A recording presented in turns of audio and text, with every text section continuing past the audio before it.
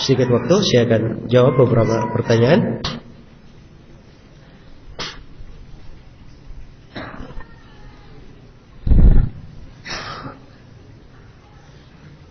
Ketika ulama salaf berbeda pendapat dalam menjarah dan ta'dil terhadap seorang rawi, apakah di antara mereka berpecah belah?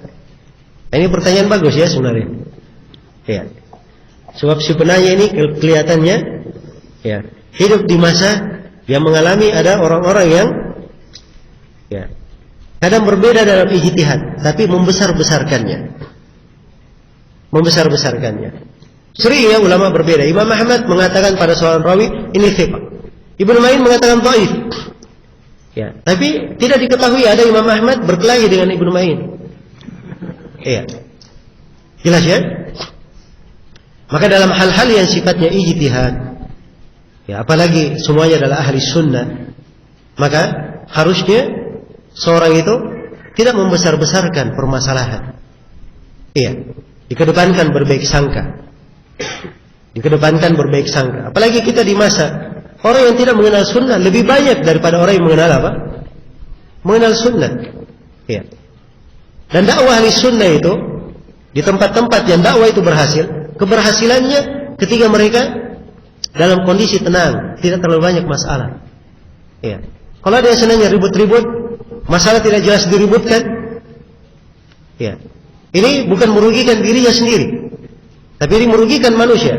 Demi Allah, anak khawatir orang-orang yang seperti ini menanggung dosa dari apa yang diancam oleh Nabi sallallahu alaihi wasallam, inna minkum munaffirin. Di antara kalian ada orang yang membuat manusia lari. Iya. Membuat manusia lari. Dikesankan agama ini berat. Selalu saja kalau ada orang belajar pasti ada ribut-ribut di dalamnya. Maka ini adalah hal yang tidak baik. Hal yang apa? Hal yang tidak baik. Jelas ya? Karena itu saya perlu ingatkan, jangan sampai ada ya di dalam barisan para penuntut ilmu orang-orang yang memiliki akhlak yang selalu memunculkan permasalahan, ya, tinggal di tengah manusia untuk membuat permasalahan. Tidak seperti itu sifat dari seorang muslim. Muslim itu seorang ahli sunnah, dia berberkah dimanapun dia berada. Ya. Seperti ucapan Nabi Isa alaihi salam, wa ja'alani mubarakan aynama kuntu. Saya dijadikan berberkah dimanapun saya berada. Ya, bukan berpindah ke sebuah tempat, bikin masalah di tempat tersebut, bikin manusia ribut, pindah ke tempat lain, bikin lagi manusia ribut. Ya. Dan sebagian orang apalagi di masa sekarang ini dapat SMS, hal yang tidak baik dia sampaikan lagi kepada orang. Ini bersyirikat dengannya di dalam dosa. Ya. Harusnya dalam hal yang seperti ini dia dapat SMS, dia baca astagfirullah. Ya. Dia nasihati orang yang masih SMS-nya. Ya. Tapi ini subhanallah disebarkan. Akhirnya menjadi hal yang tidak baik. Kalau memang itu kebatilan, ditanyakan kepada ahlul ilm, diterangkan itu kebatilannya. Jangan hal-hal yang apa? Hal-hal yang tidak jelas, perkara yang apa namanya? Masih kila wakal, kemudian diangkat dan dibesar-besarkan. Baik.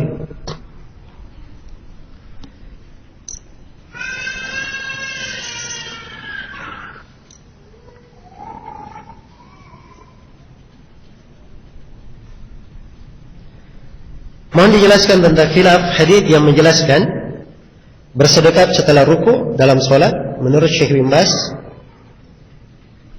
dan Syekh Al-Albani rahimahullah. Kalau Syekh bin Baz rahimahullah, beliau setelah ruku sedekap. Iya. Kalau Syekh Al-Albani tidak.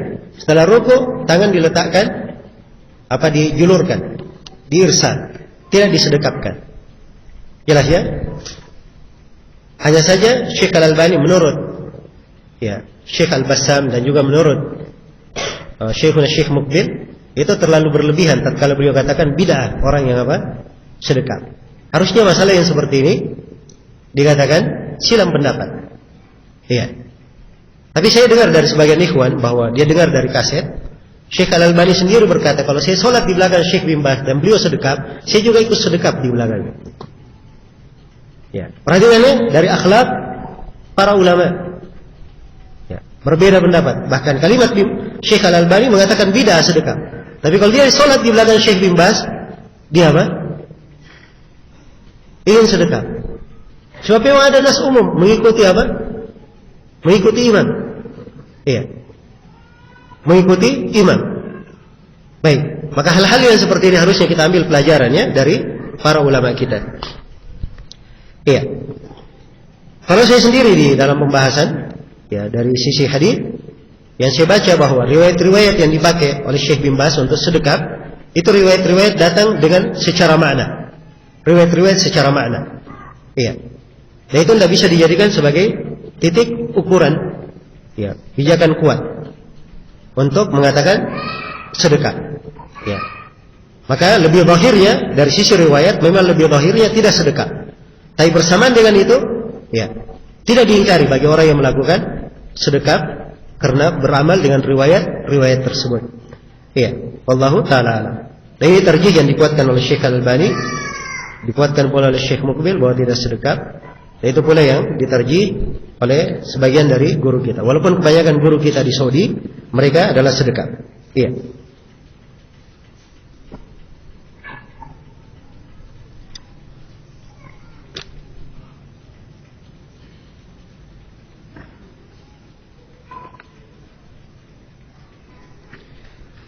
Adakah hadits sahih yang dipermasalahkan? Dan apa sebabnya? Bagaimana kedudukan selanjutnya?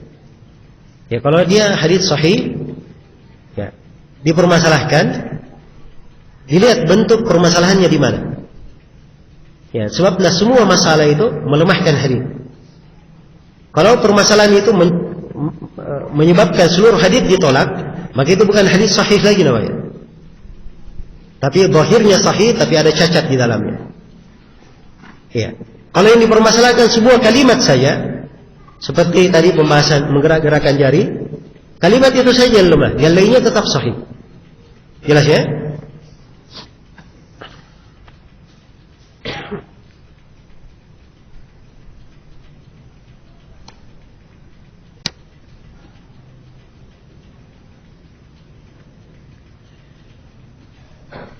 Tolong dijelaskan tingkatan kitab mustalah hadits.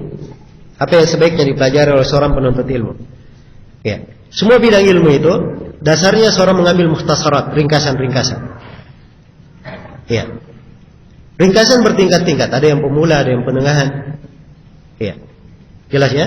Setelah itu dia naik ke derajat pertengahan. Ya, kalau dia ingin mengambil ringkasan, dari ringkasan ini lebih kuning. Nanti ada manzumah al-qabil hadits.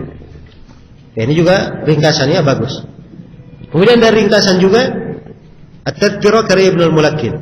Tapi Tadhkirah lebih luas ya, sebab dia Tadhkirah disebut lebih dari 80 pembahasan dari anwa' ulumul hadits. Nah, dari ringkasan juga Nukhbatul Fikr karya Al-Hafidz Ibnu Hajar. Kalau ingin naik ke pertengahan, ya, baca Al-Bait Al-Hadith. Baca Ikhtisar Ulumul Hadits karya Ibnu Katsir, atau baca Nushatun Nadharnya karya Ibnu Hajar. Sebab Nushatun Nadhar ini bukan di tingkatan pemula ya, harus lebih tinggi lagi sedikit. Ya. Kalau dia ingin naik ke lebih tinggi lagi, dia baca ya, Ulumul Hadits karya Ibnu Shalah. Setelah dia baca Ulumul Hadits karya Ibnu Shalah, dia baca Tadribur Rawi karya Suyuti. Sebab di Tadribur Rawi dia meluas ya, lebih luas daripada apa? Ulumul Hadits.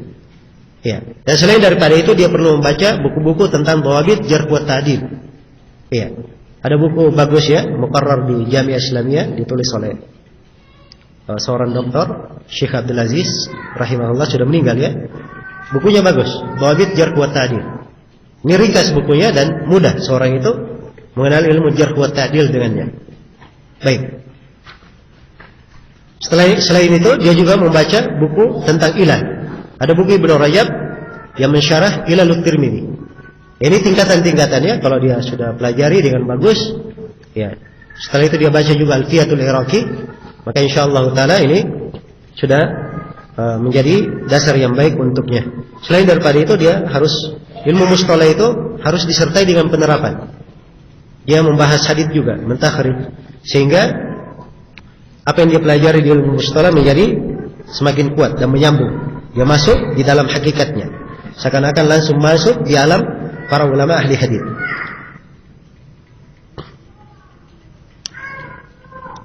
Apa batasan ulama awal dan belakangan pada generasi siapa? Ini pertanyaan harusnya diajukan kepada orang yang terlalu berlebihan membedakan antara mutaqaddimin dan mutaakhirin, yang terdahulu dan belakangan. Ya. Tanya sama mereka apa batasannya. Ya. Baik. Dan ini tidak ada batasan yang jelas dalam hal yang seperti ini. Tapi para ulama terdahulu sekali itu diketahui dari para ulama al-jarh wa ta'dil, ada di buku-buku. Para ulama al-jarh wa ta'dil.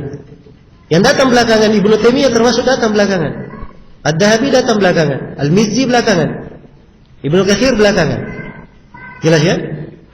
Baik. Maka kalau dihitung dari kalimat belakangan dan awal, ini mungkin ya sebagiannya diikut belakangan. Seperti Al-Mizzi misalnya, Ibnu Taimiyah, Ibnu Qudamah belakangan, tapi bagi kita beliau ulama terdahulu. Ulama terdahulu.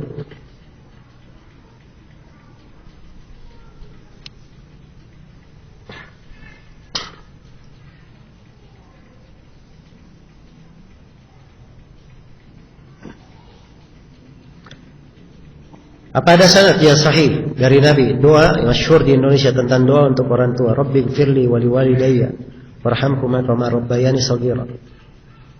Ini diambil dari ayat Al-Qur'an ya. Ya. Enggak usah dicari di dalam hadis. Ya. Itu diambil di dalam apa? Dari ayat Al-Qur'an. Wa qur rabbirhamhuma kama rabbayani shaghira, digabungkan dengan doa yang lain dari doa Nabi Ibrahim, Rabbighfirli wa liwalidayya wa lil mu'minina yauma yaqumul hisab. Gabungkan, selesai. Ada dari Al-Qur'an. Apa yang dipermasalahkan? Doa ini termasuk doa yang indah ya, bagus.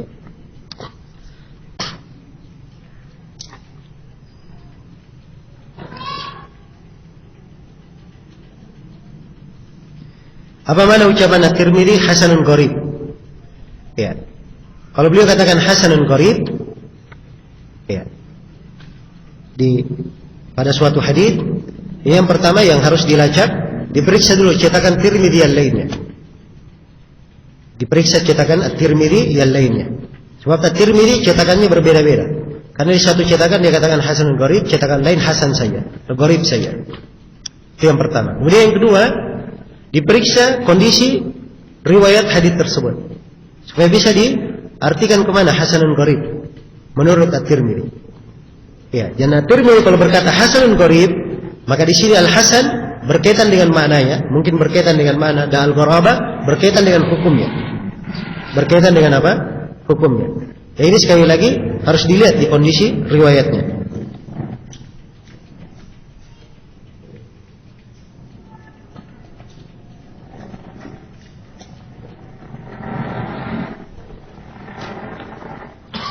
Apa mana ucapan penulis kitab Fadail Amal? Misalnya Rawahus Suyuti bil Wada', Rawahus Suyuti bil Dha'f. Ya, saya nggak tahu ya kalau dia ucapkan seperti itu. Kalau ucapannya seperti ini itu keliru ya. Ya, sebab rawahu itu artinya riwayat. Bil Wada' itu artinya hukum. Bagaimana diriwayatkan dengan hukum dilemahkan? Ya, ini keliru ya dalam membahasakan. Ya. Baik. Tapi kita pilih Fadail Amal karena dia sebut memang hadis, jelas-jelas hadis diarahkan kepada sumber yang menunjukkan dia palsu, tapi dia sebutkan juga. Dia sebutkan juga di dalam buku tersebut. Apakah seluruh hadits qudsi itu sahih derajatnya? Jawabannya, tidak seluruh hadits qudsi itu sahih. Ya, ada hadits qudsi yang sahih dan ada yang lemah. Jadi lihat sanadnya, kalau sanadnya sahih, berarti haditsnya penyandarannya sahih. Iya. Kalau sanadnya lemah, maka haditsnya apa? Haditsnya lemah. Baik. Ini ada buku-buku membuat tentang hadits qudsi khusus. Beberapa buku. Dan belakangan ada sebagian penuntut ilmu yang mengumpulkan hadits-hadits sahih berkaitan dengan hadits qudsi saja. Ini termasuk jasa yang bagus ya, lumayan. Bisa dibaca lah, diambil istifadah. Iya. Diambil istifadah darinya. Baik. Jadi kalau hadits qudsinya sahih, dikatakan sahih. Ada hadits qudsi yang masyhur ya, tentang masalah syukur ya.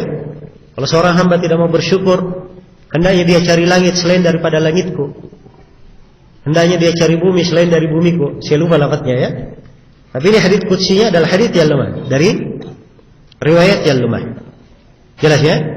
Maka yang ditinjau di dalam pembahasan hadits qudsi adalah keabsahan riwayat. Kalau dia sahih riwayatnya, maka insyaallah taala itu riwayat yang diterima.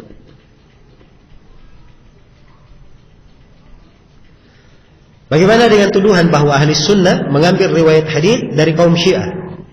Bagaimana menanggapinya? Ya, ini pertama ucapan dari orang yang hanya dengar-dengar saja. Ya. Hanya dengar-dengar tapi tidak mempelajari. Ya. Jelas ya? Dalam rawi-rawi memang ada sebagian rawi terpengaruh dengan pemahaman bid'ah. Terpengaruh dengan pemahaman apa? Bid'ah. Tapi bid'ahnya bukan bid'ah yang mengakhirkan keluar dari Islam.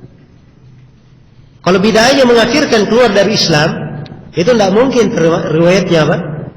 Diterima oleh para ulama. Karena itu riwayat ahlul bid'ah ada silang pendapat di kalangan ulama tentang diterima atau tidak. Dan yang benarnya bahwa ahlul bid'ah sepanjang bid'ahnya tidak mengakhirkan dia keluar dari Islam, yang diukur adalah kejujuran lisannya. Kalau lisannya jujur, maka riwayat tidak ada masalah diambil. Ya. Walaupun dia menganut bentuk dari bid'ah.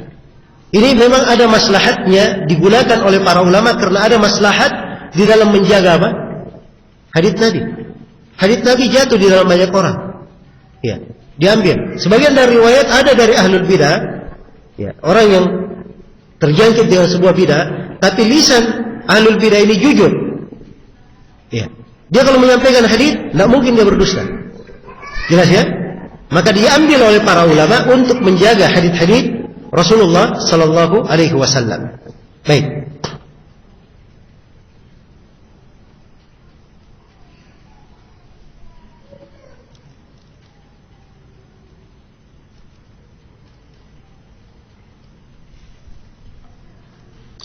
Ya baik, tadi ada bagian tadi saya coba bagiannya tadi.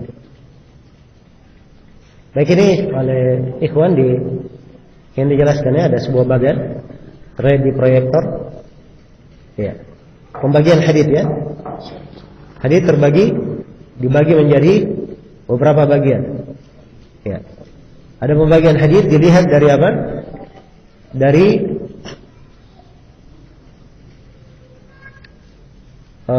sebab sampainya kepada kita. Ya. Baik. Dilihat kepada sebab sampainya itu terbagi dua. Ada mutawatir dan ada hadits ahad. Dikecilkan saja. Coba dikecilkan. Kecilkan. Baik, ada hadits mutawatir dan ada hadits ahad. Mutawatir terbagi dua. Ada mutawatir lafzi dan mutawatir ma'nawi. Memang mutawatir tidak disinggung ya oleh penulis. Karena itu kita juga tidak menerangkannya terlalu meluas. Ahad terbagi dua.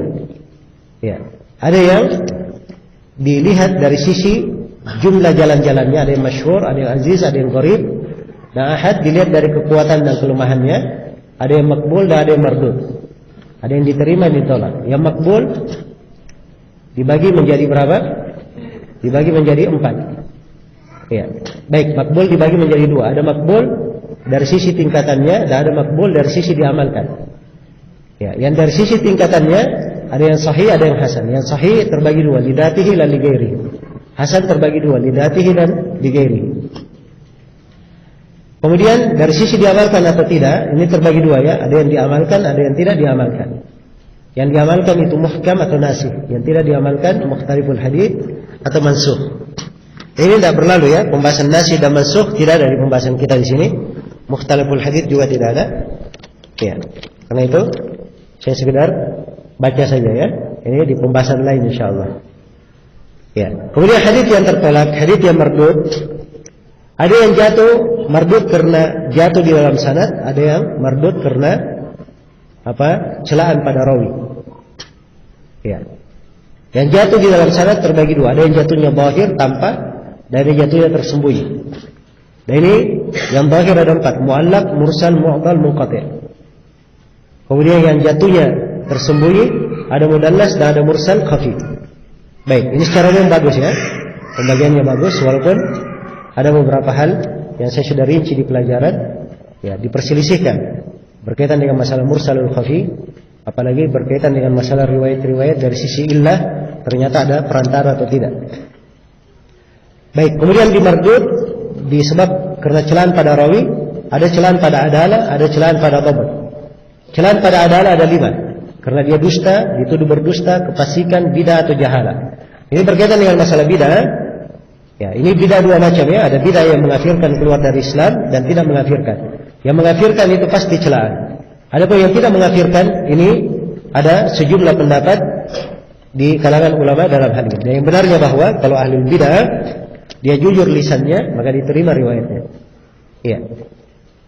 Yang bermasalah dalam dhabt fahsyul ghalat. Kesalahannya terlalu jelek. Su'ul hifdz, jelek hafalannya, ghaflah, banyak lalainya, kathratul auham, banyak kelirunya, mukhalafatut thiqat, menyelisih rawi yang thiqah. Jenis mukhalafah disebut 5. Mudraj, maqlub, al-mazid bi muttasil asyanid, al-muttarib dan al-musahhaf. Baik, ini 5 bisa dimasukkan dalam mukhalafatut thiqat. Dan mukhalafatut thiqat masih banyak bentuknya ya, bukan hanya 5 saja. Baik.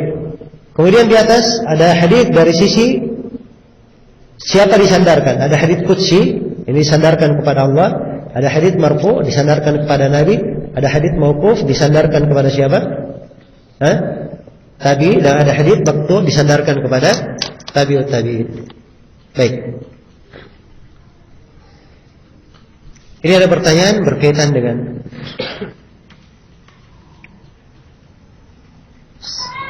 sebuah kelompok disebut namanya ya LDII. Mereka meyakini sanad harus terus berjalan sampai hari ini. Dan mereka dikenal dengan sistem mangkul. Ya. Dikenal dengan sistem mangkul. Jadi beramal tanpa ilmu, beramal tanpa sampai ilmu kepada mereka melalui sanad guru ngaji mereka, maka tidak diterima. Ya. Baik, ini mangkul, ya istilah ya di kalangan orang-orang LDII yang nama dahulunya disebut Islam Jamaah. Ya. Nama dahulunya disebut Islam Jamaah. Termasuk ya cara mereka untuk mengikat jamaahnya sistem mangkul. Ya, jadi katanya gurunya itu punya riwayat. Periwayatannya punya periwayatan. Ya, diambil dari guru, gurunya mengambil dari guru, dari Nabi sallallahu alaihi wasallam. Ya, makanya disebut mangkul. Jadi seorang murid kalau ingin belajar harus dari guru yang punya sanad periwayatan. Ya, tapi yang menjadi masalah yang punya sanad itu bukan hanya Nur Hasan Ubaidah saja. Banyak yang punya sanad. Kenapa orang yang belajar dari selain Nur Hasan Ubaidah tidak boleh? Ya, sekarang sanad-sanad Nur Hasan Ubaidah semuanya saya punya.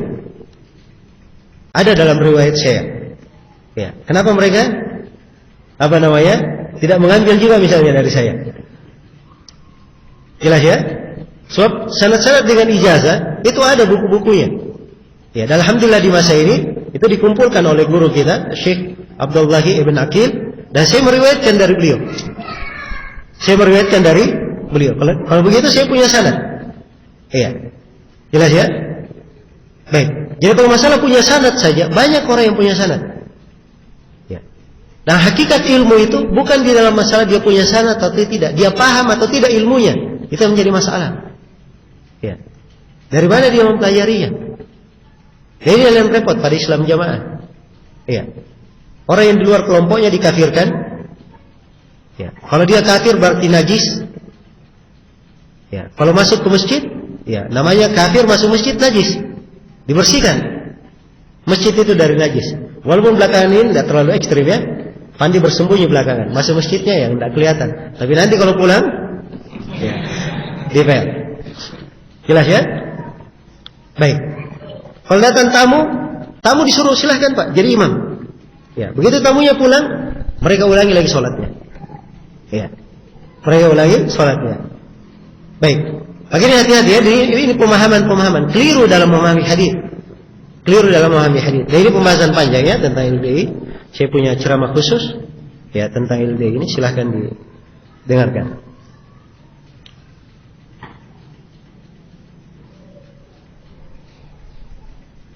Ya, bagaimana membantah hadis palsu Ghadir Kham?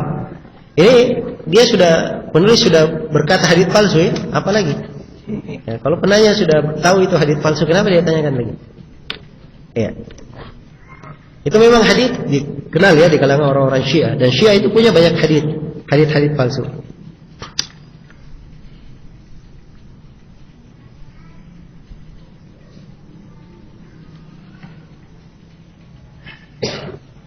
Ini tentang murid mendengar dari guru. Ini kita sudah bahas ya.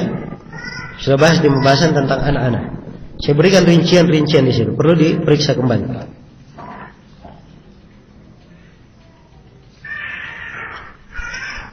Disebutkan salah satu sebab hadits mursal adalah untuk menutupi kekurangan guru. Ya mungkin karena gurunya masih muda umurnya, dia tutupi. Apakah perbuatan tersebut termasuk tadlis? Ya, kalau dari sisi bahasa mungkin terhitung tadlis, tapi dari sisi istilah belum tentu terhitung tadlis. Dilihat dia memberi kesan mendengar atau tidak, itu menjadi ukuran untuk menghukumi tadlis.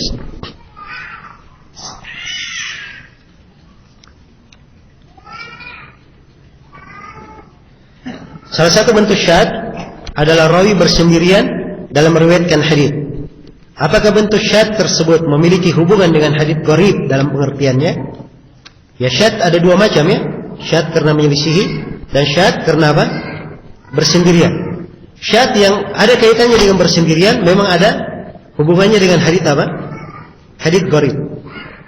Ya, dan ini sudah berlalu ya, saya sudah terangkan.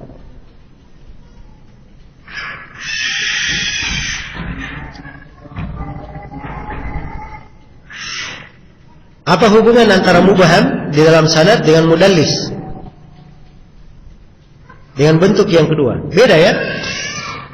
Kalau mubham itu tidak disebut nama si guru. Iya. Misalnya disebut haddatsani syekh, seorang thiqah, itu mubham namanya. Tapi kalau dia mudallis, gurunya disebut namanya, ada namanya, tapi namanya disamarkan. Disebut dengan nama atau dengan kunyah atau dengan laqab atau dengan gelar, tidak dikenal. Ya. Jadi ada perbedaan antara keduanya.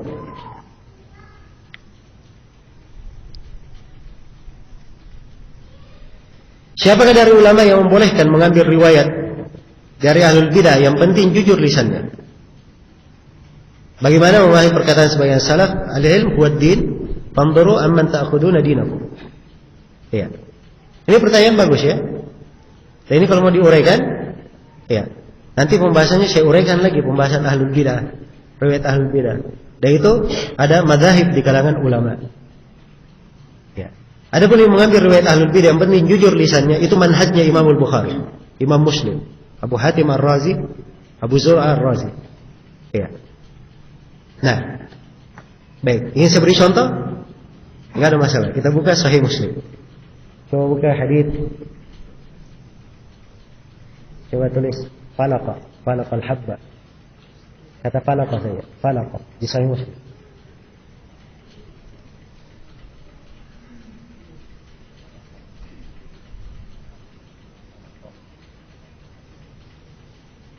Ya, falaqa. Baik. Perhatikan hadits ini ya. Imam Muslim berkata, haddatsana Abu Bakar bin Abi Syaibah. Ini namanya siapa tadi? Abdullah bin Muhammad bin Ibrahim bin Utsman. Qala haddatsana Waki' bin Al-Jarrah, Abu Sufyan. Wa Abu Muawiyah namanya Muhammad bin Khazim Ad-Dari. Anil A'mash Sulaiman bin Mihran, Abu Muhammad Al-Kufi. Wa haddatsana Yahya bin Yahya At-Tamimi An-Naisaburi. Qala akhbarana Abu Muawiyah. Ini perputaran pada Abu Muawiyah ya. Anil A'mash an Adi bin Thabit. Antum tahu siapa ini Adi bin Thabit? Adi bin Thabit ini digelari sebagai qastus Syiah, tukang ceritanya kelompok Syiah. Tukang ceritanya. Tapi dia dari sisi riwayat kefiqahan, ya. Dia lisannya jujur. Perhatikan, Adi bin Thabit meriwayatkan dari Zir, yaitu Zir bin Hubaysh, dari Ali bin Abi Thalib. Ali bin Abi Thalib berkata, "Walladzi falaqal habba wa bara'an nasama." Demi yang yang memekarkan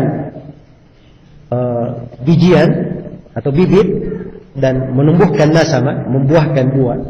Ya. Maksudnya demi Allah ya, sumpahnya demi Allah. Sungguhnya itu adalah innahu la ahdun nabiyil ummi sallallahu alaihi wasallam ilayya. Sungguhnya perjanjian dari Nabi sallallahu alaihi wasallam kepadaku. Allah yuhibbani illa mu'min wa la yubghidani illa munafik. Tidak ada yang cinta kepadaku kecuali seorang mukmin dan tidak ada yang benci kepadaku kecuali seorang apa? Munafik. Adi bin Thabit seorang Syiah. Dia meriwayatkan hadis zahirnya mendukung bid'ahnya. Karena Syiah ekstrim pada siapa? Ali bin Abi Thalib. Bersama dengan itu, ini hadis di Sahih Muslim. Tidak ada dari ulama yang membaca Sahih Muslim yang mengkritik hadis ini. Tidak ada Daruqutni, tidak pula yang lainnya. Jelas ya? Karena Adi bin Thabit rawi walaupun dia Syiah, tapi Syiahnya bukan Syiah seperti sekarang ini. Mengatakan Al-Quran bertambah. Syiah di masa mereka itu paling tingginya mereka lebih mengunggulkan Ali di atas siapa? Utsman ibn Affan. Jelas ya? Jadi beda dengan Syiah model sekarang. Itu Syiah Rafidhah. Kafir keluar dari Islam.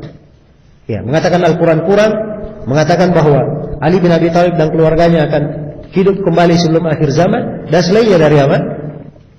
Kekafiran mereka. Iya. Jelas sampai sini? Coba antum buka biografi Adi bin Thabit ya. Centeng saja Adi bin Thabit centeng. Nah. Kemudian pencet tarjamah di atas. Ya. Baik. Perhatikan ya. Yang ketiga, turun ke bawah yang ketiga. Ya, perhatikan. Adi bin Thabit Al-Ansari Al-Kufi. Lihat, Ibnu Hajar berkata, thiqatun rumiya bitasayyu. Dia thiqah dituduh sebagai orang Syiah. Ya. Perhatikan ucapan Ad-Dhahabi. Thiqatun lakinnahu khassus Syiah wa imam masjidihim bil Kufah. Dia thiqah tapi tukang kisahnya kaum Syiah dan imam masjid mereka di Kufah. Tapi Ibnu Hajar dan Ad-Dhahabi menyebut dia apa? Thiqah. Karena memang rawinya, hafalannya bagus, jujur lisannya diterima oleh para ulama. Baik. Nah ini beda ya. Sekarang kalau ada yang memakai ya, alasan ini, para ulama saja mengambil riwayat dari ahlul bidah. Ya. Kenapa dilarang duduk dengan ahlul bidah? Jawabannya beda antara mereka. Mereka punya hadis. Jelas ya? Ada hadis diriwayatkan dari Nabi, jujur lisannya. Hadis Nabi harus dijaga. Dari maslahat agama, ada bid'ahnya tapi hadis Nabi harus dipelihara. Maslahat memelihara Nabi, memelihara hadis Nabi itu lebih didahulukan. Beda dengan ahlul bidah setelah mereka. Ilmu apa yang mau diambil dari ahlul bidah itu? Jelas ya? Baik.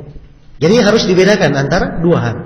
Ini perkara-perkara memang timbangan-timbangan seorang harus memiliki dari ilmu syariat lengkap sehingga dia pandai menilai masalah itu ya, dan mendudukkan masalah pada tempatnya. Ya wallahu ta'ala a'lam.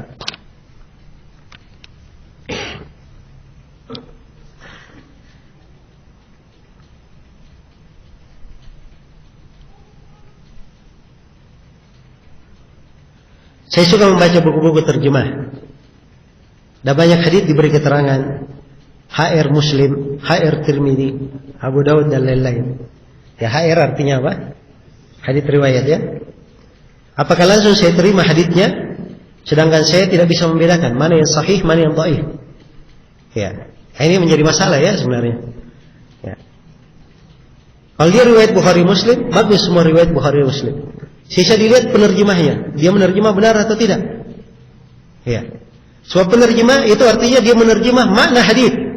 Maka si penerjemah harus paham hadisnya apa. Kan begitu? Karena dia menerjemah apa? Makna dari hadis. Nah, disinilah letak permasalahan di dalam banyak buku terjemahan. Ya, karena itu kalau saya sendiri, ya apabila sumbernya riwayat Bukhari Muslim dan penanya adalah pemula, ya diambil hadis-hadis yang jelas saja.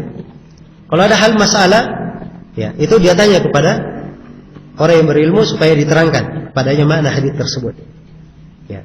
Selain daripada itu selalu saya ingatkan bahwa menuntut ilmu itu harus diambil melalui jalur guru. Ya.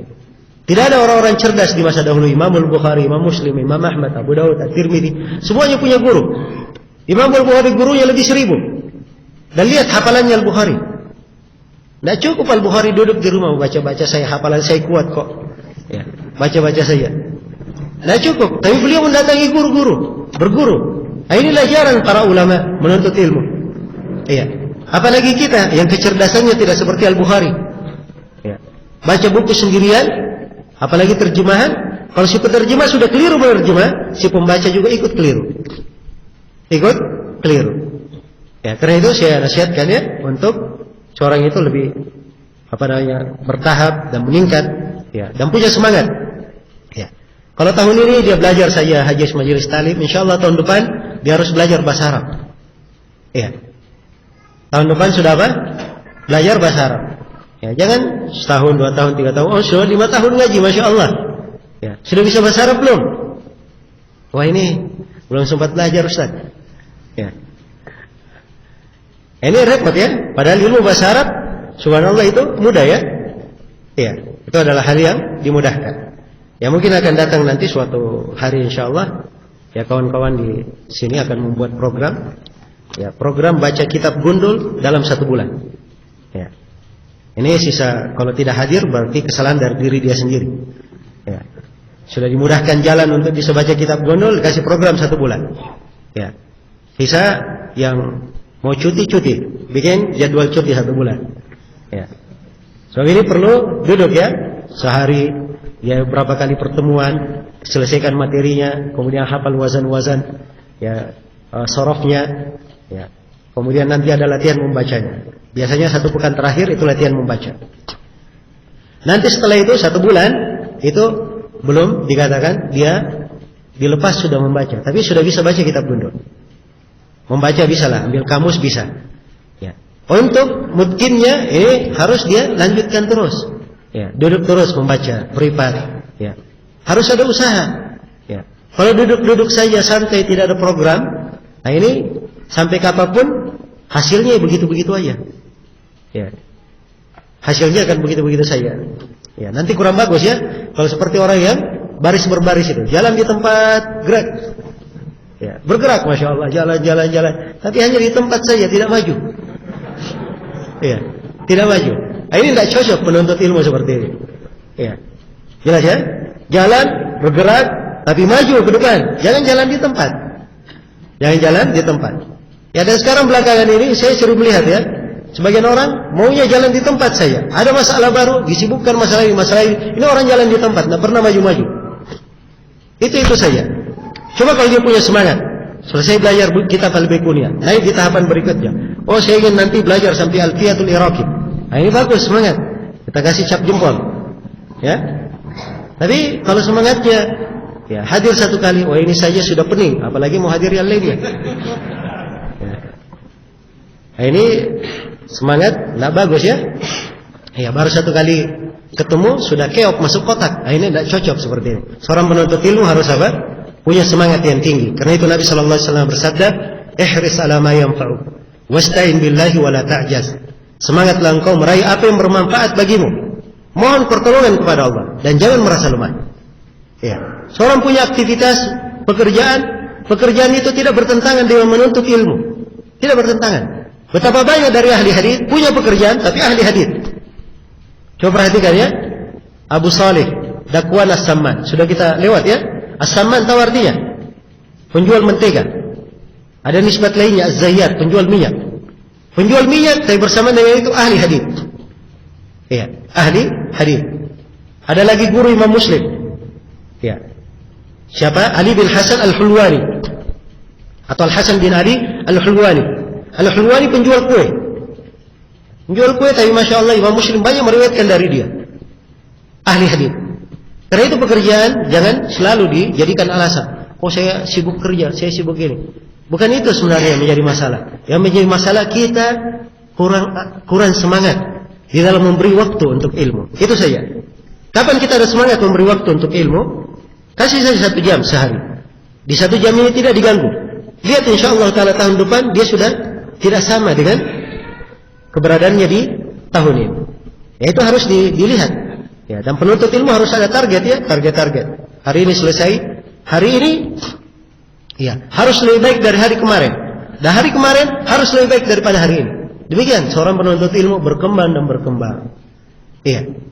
Baik, semoga Allah Subhanahu wa taala memberi taufik kepada semuanya dan mengampuni segala kesalahan kita, dan semoga apa yang saya sampaikan di hari-hari daurah ini ada manfaatnya untuk seluruh hadirin, dan saya mohon maaf atas segala macam kekurangan. Subhanakallahumma wa bihamdik asyhadu an la ilaha illa anta astaghfiruka wa atubu ilaik walhamdulillahi rabbil alamin. Wassalamualaikum warahmatullahi wabarakatuh.